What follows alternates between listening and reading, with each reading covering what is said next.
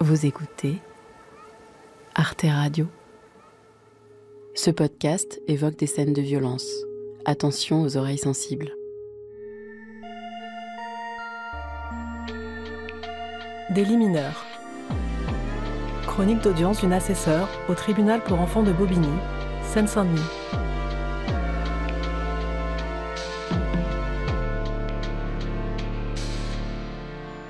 Assesseur, ça veut dire qu'en plus de mon travail de prof de fac, je siège une fois par mois comme juge bénévole au tribunal pour enfants de Bobigny.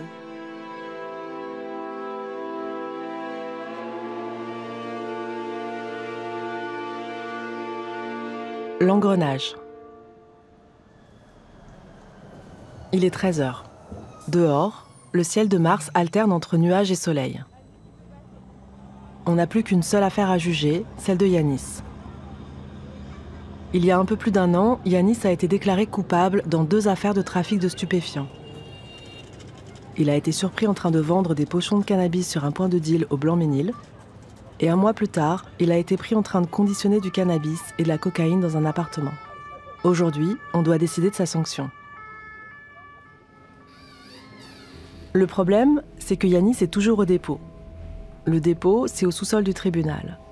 C'est là que les mineurs qui arrivent de prison patientent en attendant leur audience. Pour l'instant, il n'y a personne pour monter Yanis. Comme d'habitude, il manque des effectifs de policiers. Alors on attend. La juge profite de ce temps mort pour faire le point avec moi et l'autre assesseur sur la situation de Yanis. Elle nous rappelle qu'il est en détention provisoire depuis 1 an pour une tentative d'assassinat en bande organisée. Elle est passée à l'instruction pour aller à la pêche aux informations. A priori, ce serait un règlement de compte lié au trafic. Yanis aurait tiré à la Kalachnikov sur le conducteur d'une voiture. Le type s'en est sorti par miracle. Il y a de grosses charges qui pèsent contre Yanis dans cette affaire. Il sera jugé plus tard par la cour d'assises des mineurs.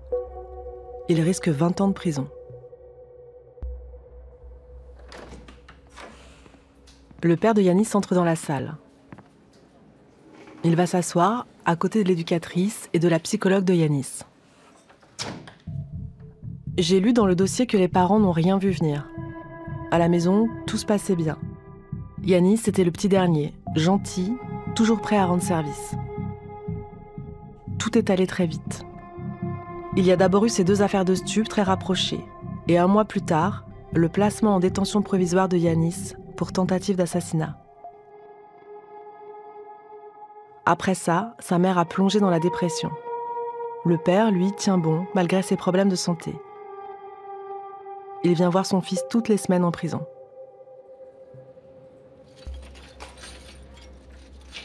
Ça y est, on entend un bruit de clé et de grille.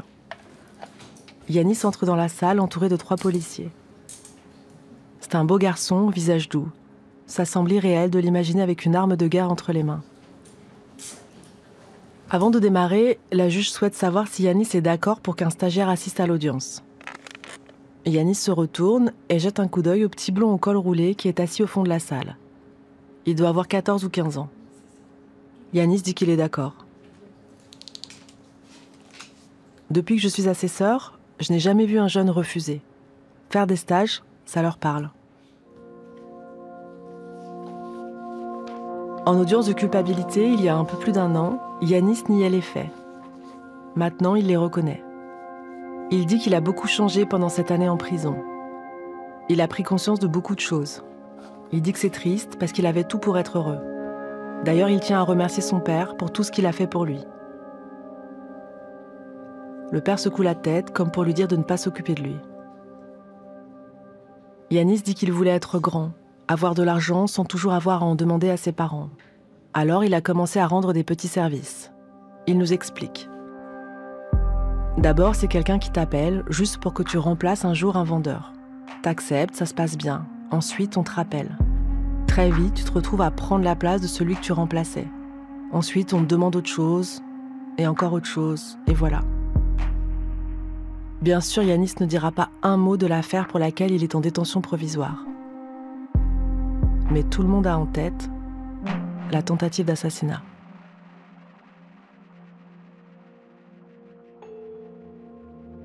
Des affaires de stupéfiants, on en juge plein au tribunal.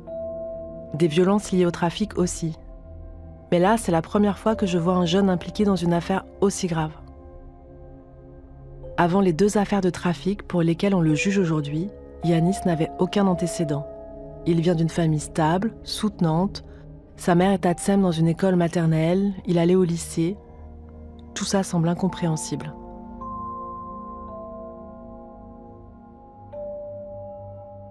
La juge demande à Yanis comment se passe sa détention. Il dit que ça va. Il a fêté ses 18 ans en prison il y a un mois. Dès le lendemain de son anniversaire, il a quitté le quartier des mineurs pour monter chez les majeurs. Il préfère parce qu'il a plus de contact avec les autres, il n'est plus seul en cellule. Par contre, il regrette les activités qui étaient proposées par les éducateurs au quartier des mineurs. Chez les majeurs, il n'y a pas grand-chose à faire. Son éducatrice, Madame Lalande, vient le voir toutes les 3 semaines en prison. Ça l'aide beaucoup.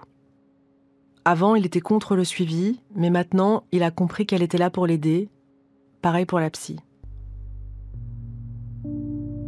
La juge donne la parole à l'éducatrice. Madame Lalande dit que Yanis était un jeune très méfiant, insaisissable. Elle dit que c'est vraiment l'enfermement qui a permis qu'il y ait une accroche éducative. Pour une fois, Yanis ne pouvait plus fuir. Il a accepté de faire confiance et de parler de lui. Il s'est engagé dans un vrai travail de réflexion autour de son parcours. Sa détention chez les mineurs s'est très bien passée. Il a participé à toutes les activités, il est allé à l'école tous les jours. Il a parfaitement réussi sa période de mise à l'épreuve éducative. Elle nous demande de décerner à Yanis un certificat de réussite éducative. Elle a conscience que c'est osé, vu la situation actuelle de Yanis, mais elle nous rappelle qu'il est présumé innocent dans l'affaire de la tentative d'assassinat. Juridiquement, on n'a pas à en tenir compte dans notre décision. Et surtout, elle insiste. Un certificat de réussite éducative, ça va vraiment dans le sens de la philosophie de la justice des mineurs. Elle pense que cela pourrait aider aussi Yanis pour la suite de son parcours judiciaire. La psychologue formule la même demande. La juge demande au père s'il veut dire un mot. Il ne veut rien ajouter, il est d'accord avec tout ce qui vient d'être dit. L'avocate plaide. Elle est émue parce que Yanis, c'est son premier client. Elle le suit depuis 1 an et elle l'a vu se transformer en prison. Elle demande aussi un certificat de réussite éducative.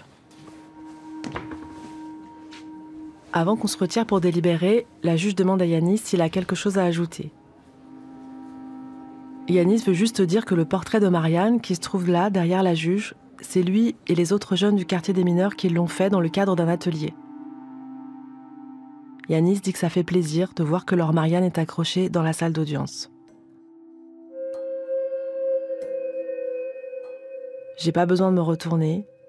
Je la connais par cœur, cette Marianne sur fond blanc, avec son grand bonnet phrygien rouge et son air pensif, presque mélancolique.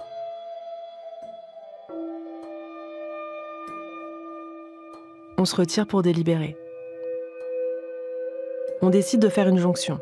Ça veut dire qu'on va décider d'une seule et même sanction pour les 2 affaires de trafic de stupéfiants, qui sont assez similaires et rapprochées dans le temps. Pour le certificat de réussite éducative, on se dit que c'est pas possible.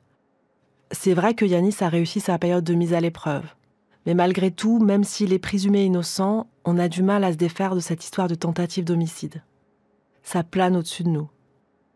Et puis, c'est pas seulement du trafic de cannabis, il y a aussi de la cocaïne. On se voit mal lui décerner un certificat de réussite éducative dans ce contexte.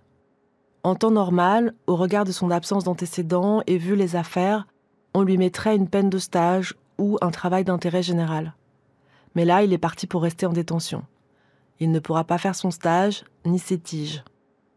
On décide d'une peine de 2 mois de prison avec sursis simple. L'audience reprend. Temps de flottement, on attend la procureure qui tarde à revenir. Yanis demande à la juge s'il peut poser une question. Elle lui dit oui. Il lui demande comment le jeune il a fait pour trouver un stage ici. La juge est un peu gênée. Elle dit que c'est un stage de 3e. Elle ajoute que ça doit faire bizarre à Yanis de voir quelqu'un d'aussi jeune assister à son procès.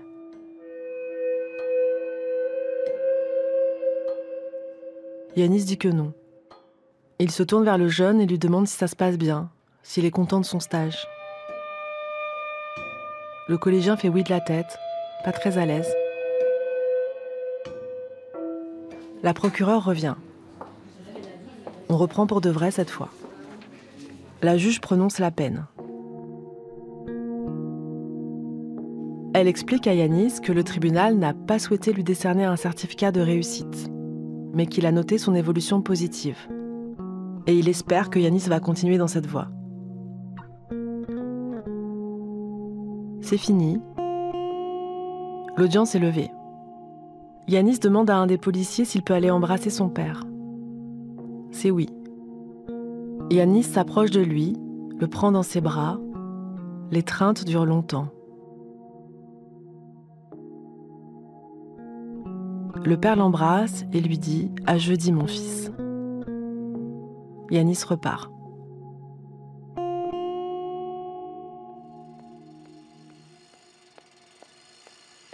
Pas facile de revenir à mon petit train-train quotidien après cette affaire. Je repense souvent à Yanis.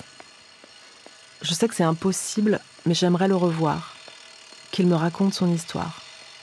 J'aimerais comprendre, analyser la mécanique, identifier chaque rouage de l'engrenage qui l'a conduit là où il est aujourd'hui.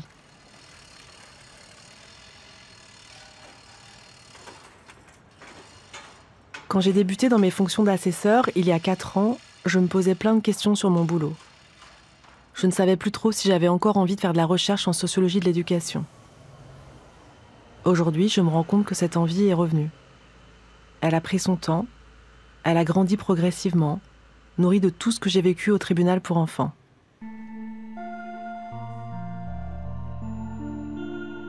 Quelques jours après l'audience, je découvre que la PJJ, la protection judiciaire de la jeunesse, lance un appel pour que des chercheurs en sciences sociales enquêtent sur l'implication des mineurs dans le trafic de stupéfiants à Marseille. Cette enquête sur les mineurs, ça me parle tout de suite. Je décide de me lancer et de répondre à l'appel. Bien sûr, je ne pourrais pas juger des mineurs à Bobigny et enquêter sur d'autres à Marseille. Éthiquement, ça ne colle pas.